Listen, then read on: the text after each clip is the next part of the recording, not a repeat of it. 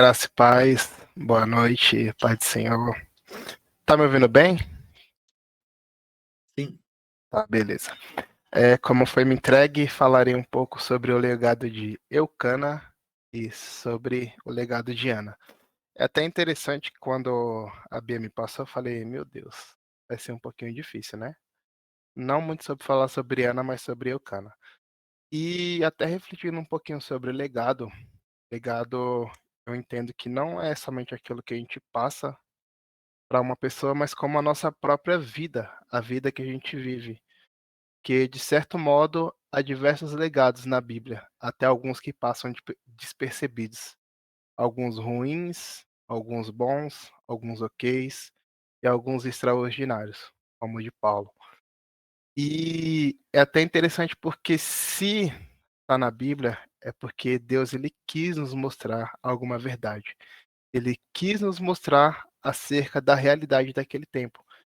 E a respeito do legado de Jane e de Eucana, a gente parte de, como diz, como a gente diz, né? Do 8 ao 80, 0 a 100 muito rápido. Porque, como a gente sabe, Ana e Eucana, eles viviam no tempo de juízes, né? No tempo de juízes a gente sabe que era aquela loucura. Muitos não conheciam a Deus, muitos viviam da maneira que eles queriam viver, contrária às leis do Senhor, de certo modo pecando muito contra Deus, de certo modo até não vivendo uma vida devota para Deus, mas uma vida totalmente aversa, que é o que a gente vê no começo do livro de Samuel a respeito dos filhos de Eli, e Eli que ele acaba compactuando com aquilo e acaba cedendo aos pecados dos seus filhos. E é um pouco sobre essa história, um pouco sobre esse contexto que nós iremos observar a respeito do legado de Jane e de Eucana. Eu vou ler só um versículo aqui e depois a gente vai fazendo a leitura conforme eu for explicando. Está no capítulo de 1 Samuel, capítulo 2 e versículo 1, que diz assim: Então orou Ana e disse: O meu coração se regozija no Senhor. A minha força está exaltada no Senhor. A minha boca se ri dos meus inimigos, porquanto me alegro na tua salvação. A gente sabe que Ana e Eucana eram um casal, mas só que a gente vê e percebe que Eucana não tinha apenas Ana como esposa. Eucana também tinha Penina, o que se remete que ele vivia uma vida na poligamia. O que era de certo modo comum naquela época, quando um homem ele tinha uma esposa e quando a sua esposa não gerava filhos, ele tinha por direito de se casar com outra mulher para continuar a sua a sua linhagem, continuar o nome da sua família, que é o que vai dizer no versículo 1 do primeiro capítulo. E houve um homem em Ramatatim, Zofim, da região montanhosa de Efraim, cujo nome era Eucana, filho de Jeroão, filho de Eliú, filho de Tou, filho de Zufi, Efraimita. Tinha ele duas mulheres, uma se chamava Ana e a outra Penina. Penina tinha filhos, Ana, porém, não os tinha. Este homem subiu da sua cidade de ano em ano a adorares e a sacrificar ao Senhor dos Exércitos em Siló.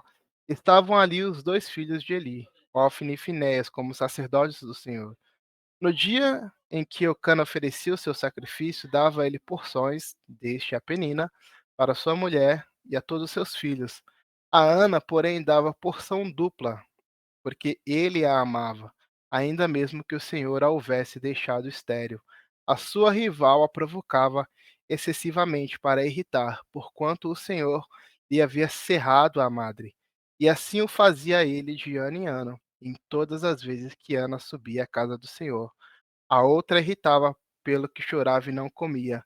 Então Eucana, seu marido, lhe disse: Ana, por que choras? Por que não comes? E por que estás de coração triste? Não sou eu melhor do que os 10 filhos?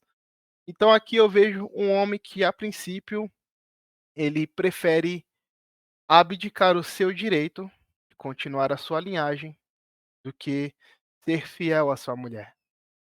Ele simplesmente ele olha para a sociedade e vê que eles vivem uma vida devassa, vê que eles vivem uma vida diferente daquilo que o Senhor deseja que o homem ele seja dado apenas a uma mulher, ele simplesmente fala: "Não, quero continuar a minha linhagem e eu vou me casar também com Penina, para que Penina me dê filhos". Só que quando ele toma essa sua decisão, ele acaba dividindo a sua família, porque Penina, ela começa a infernizar a vida de Ana, ela começa a provocar Ana, por conta da sua esterilidade. E essa atitude de Eucana que gerou isso. E quantas vezes a gente, por um mero capricho, ou por simplesmente querer dar um passo mais largo do que a gente pode dar, e por não confiar em Deus, a gente acaba complicando a situação de nossas vidas. Por um simples capricho, por uma simples falta de confiança em Deus, a gente acaba enrolando a nossa vida. Porque Eucana era um levita. Então Eucana provavelmente ele conhecia acerca das histórias de Deus, porque a gente vai observar que Eucana, entre aspas, era um homem religioso, porque ele subia para o templo para oferecer sacrifícios a Deus, para oferecer sacrifícios no altar. Então ele conhecia e ele sabia que existia um Deus. Só que aonde estava a confiança de Eucana? Não estava em Deus. Porque se ele soubesse e exatamente confiasse em Deus, ele saberia que o mesmo Deus a qual ele estaria sacrificando, o mesmo Deus em que ele subia de ano em ano para oferecer sacrifício, foi o mesmo Deus que abriu a madre de Sara. Foi o mesmo Deus que permitiu que a esposa de Abraão tivesse filhos. Ou seja, se o mesmo Deus que abriu a madre de Sara, o mesmo Deus que tirou o povo da terra do Egito, abriu o mar vermelho, e durante muito tempo não deixou o povo perecer no deserto, esse Deus não pode abrir a madre da minha esposa? Eu não posso simplesmente esperar e confiar em Deus? Mas não, ele não preferiu confiar em Deus e esperar em Deus. Ele simplesmente falou: "Eu vou agir por si próprio. Eu vou tomar a minha atitude e vou agir". E simplesmente ele foi atrás do direito dele, mas a escolha dele trouxe a infelicidade de Ana. A escolha dele fez com que Ana se tornasse oprimida. E a gente vê tantas pessoas que às vezes falam: "Ah, não, mas eu posso fazer isso". Mas, pô, você pode fazer isso, mas e a vida do seu irmão? Mas e a pessoa que está ao seu lado? É até uma vez uma vez acho que foi até aqui mesmo, a gente falando sobre tatuagem, falando sobre algumas coisas, e muitas coisas entram em discussão, e discussões bobas. Se a gente pensasse: "Pô, eu posso abdicar de deixar de fazer isso pelo bem do meu irmão. Eu posso simplesmente abrir mão de uma coisa que não é certamente útil na minha vida, que não vai me agregar muita coisa, pelo bem espiritual do meu irmão. Mas não, prefiro abdicar do meu direito, e assim eu trago a infelicidade para dentro da minha casa". E essa foi a escolha que o Cana fez, só que o que eu acho mais interessante é que o texto vai falar que ele ama a Ana, e realmente ele ama a Ana, porque ele dá uma porção maior para a Ana. Mas só que esse amor, pra mim, parece um pouco que meio superficial, assim, olhando de fora, porque se realmente ele amasse Ana de todo o seu coração, ele ficaria com Ana naquela situação. Ele abdicaria a mão abdicaria do seu direito para viver com Ana em oração, confiando que Deus poderia realizar um milagre. Mas às vezes a gente age por desespero, pensando que Deus não está por nossas vidas, e acabamos colocando a a mão entre as pernas e acaba se embaralhando. Só que não apenas isso, Eucana, ele meio que fere o propósito de Ana. Porque ele fala: "Ana, por que você não está comendo? Por que você está triste? Por que você está nessa situação? Não sou eu melhor do que 10 filhos?". Quantas vezes a gente passa por situações em que a gente tenta perseverar em Deus, que a gente tenta buscar a Deus, mas chegam pessoas que falam: "Cara, não faz isso, não vai por esse caminho. Você está há tanto tempo orando, mas isso não aconteceu. Você está há tanto tempo na presença de Deus, isso não vai dar certo". isso não vai acontecer. Deus não está agindo na sua vida. Essa situação não é melhor do que o que você está aguardando. E era esse tipo que Eucana demonstra um pouco nas entrelinhas. E é isso que eu trago um pouco para nossa reflexão. Às vezes a gente acha que está pelo caminho certo, mas às vezes a gente está se enrolando. Às vezes a gente está trazendo desavença para as pessoas que são próximas a nós.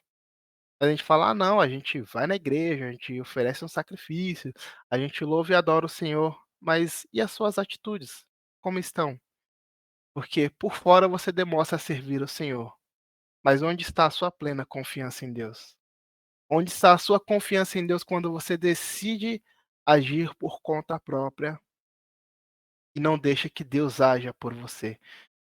Quando você decide agir por conta própria e desiste de entregar nas mãos do Senhor.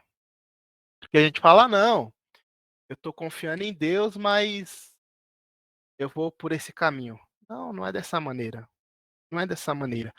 Se você está confiando plenamente em Deus, confia que Ele vai fazer. Não tenta dar um passo maior do que você pode fazer. É como eu já vi pessoas falar: "Ah, mas Deus que me deu um carro". Aí a pessoa vai lá, tira um carro, parcela em 399 vezes e depois não consegue pagar o carro. Aí tem que devolver o carro, com o nome sujo. Se realmente Deus falou que Ele vai te dar um carro, colocando assim um exemplo melhor para a gente entender, Ele vai te dar o carro, Ele vai te colocar numa situação que você vai conseguir quitar o carro, você vai falar: "Esse carro é meu". Mas às vezes não não tenta dar um passo maior do que você pode dar.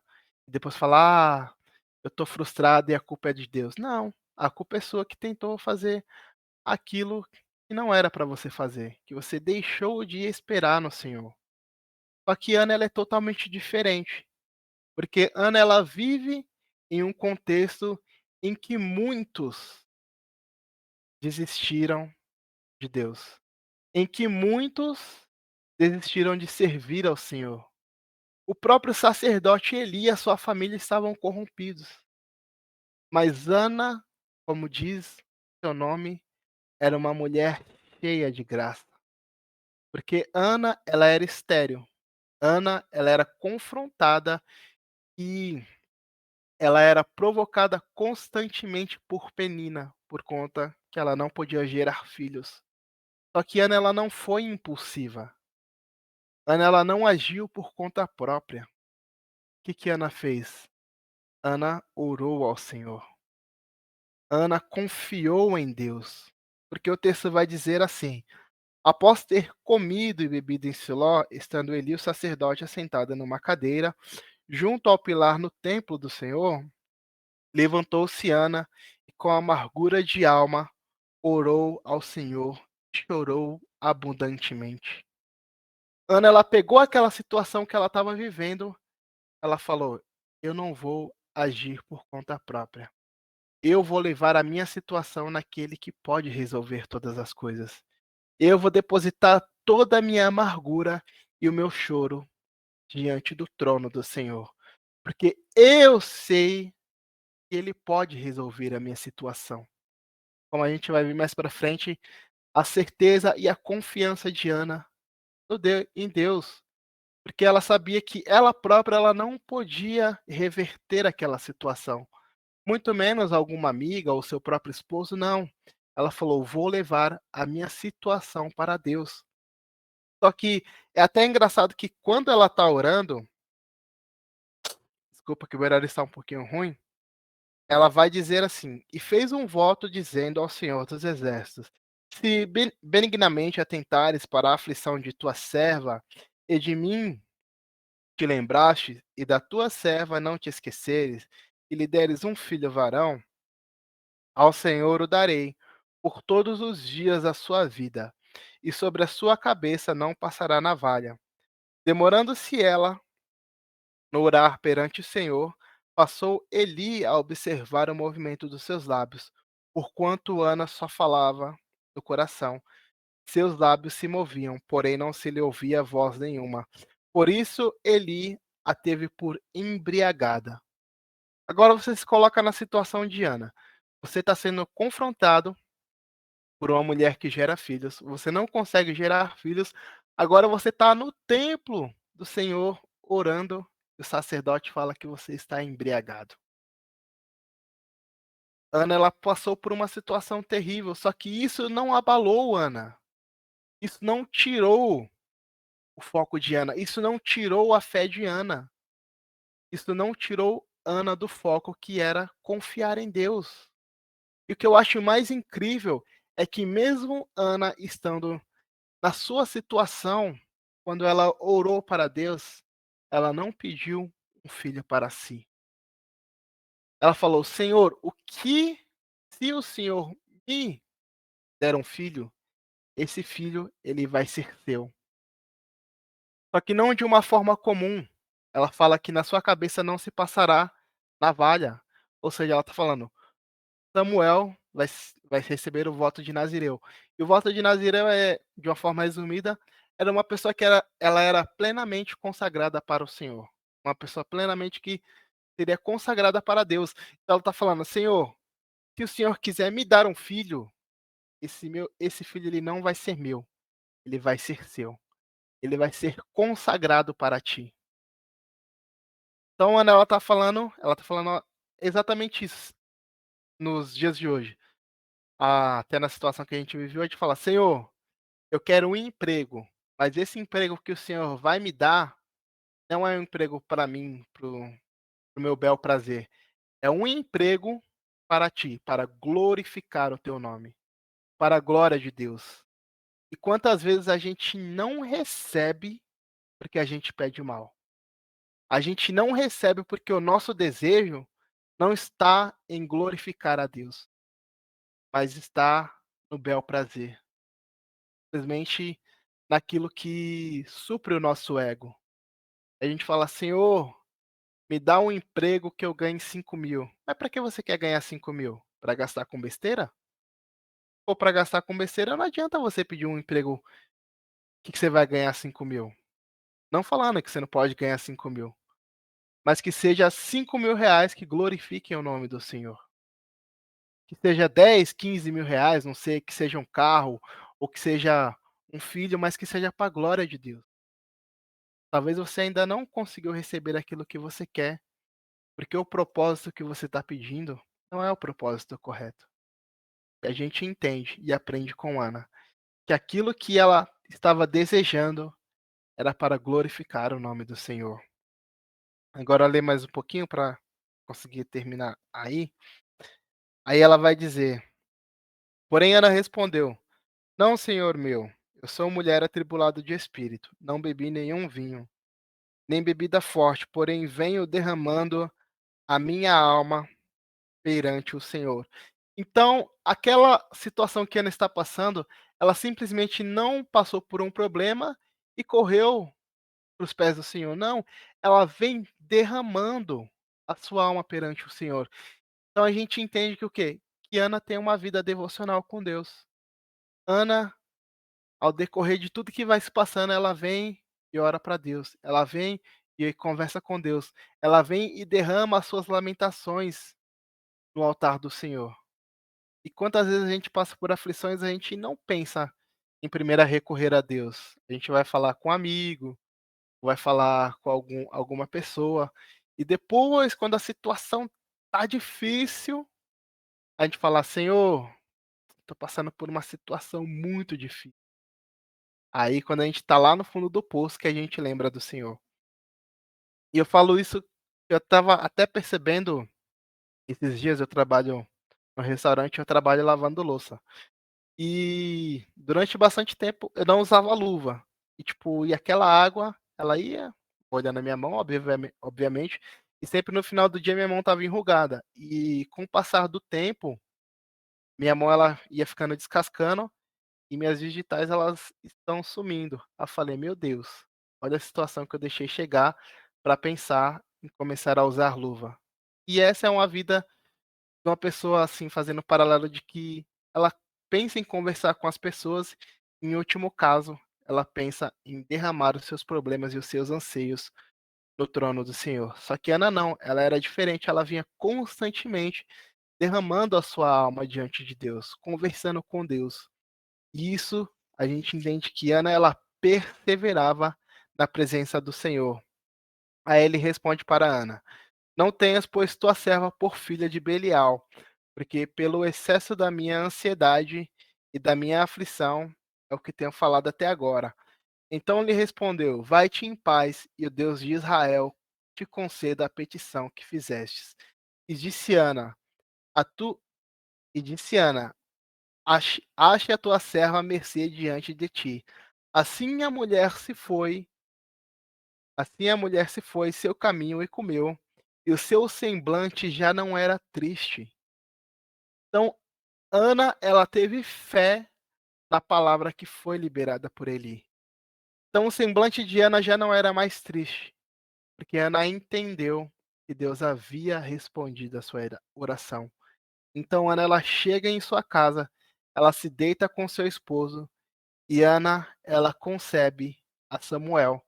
Só que Ana, quando ela recebe Samuel, ela fica grávida de Samuel e gera Samuel, Eucana ele vai subir para o templo e fala: Vamos lá levar? Ela fala: Não, primeiro vamos desmamar, depois a gente leva, depois que desmamar, a gente deixa no templo.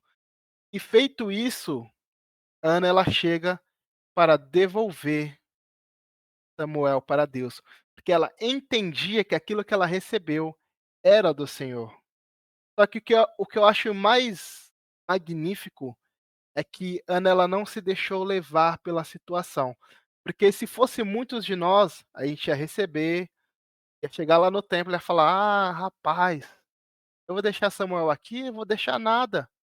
Olha só para Eli, tá velho, olha só para os filhos de Eli, peca, faz o que faz, profana o templo do Senhor. Eu não vou deixar minha criança aqui não". A gente olharia para a situação e falaria: "Senhor, não vou deixar não". Só que Ana, ela foi fiel ao voto que ela fez com Deus, porque Deus foi fiel em cumprir com a sua palavra, em gerar um filho em seu ventre. Ana simplesmente ela devolve aquilo que o Senhor gerou nela. E quantas vezes nós somos ingratos com Deus? A gente fala: Senhor, se eu tiver mais tempo, eu vou consagrar mais minha vida para ti. O que a gente faz? Gasta o tempo com coisas fúteis. Senhor, se o Senhor me der um aumento no serviço, eu vou colaborar mais na sua obra. O que a gente faz? Gasta com coisas fúteis. Só que se a gente se espelhasse em Ana, entendesse que aquilo que o Senhor nos dá e a gente prometeu para Ele e devolveria para Ele, a gente tem que devolver. A gente tem que entregar para Deus. E Ana, ela simplesmente devolve Samuel para a casa de Deus, para que Samuel crescesse na presença do Senhor.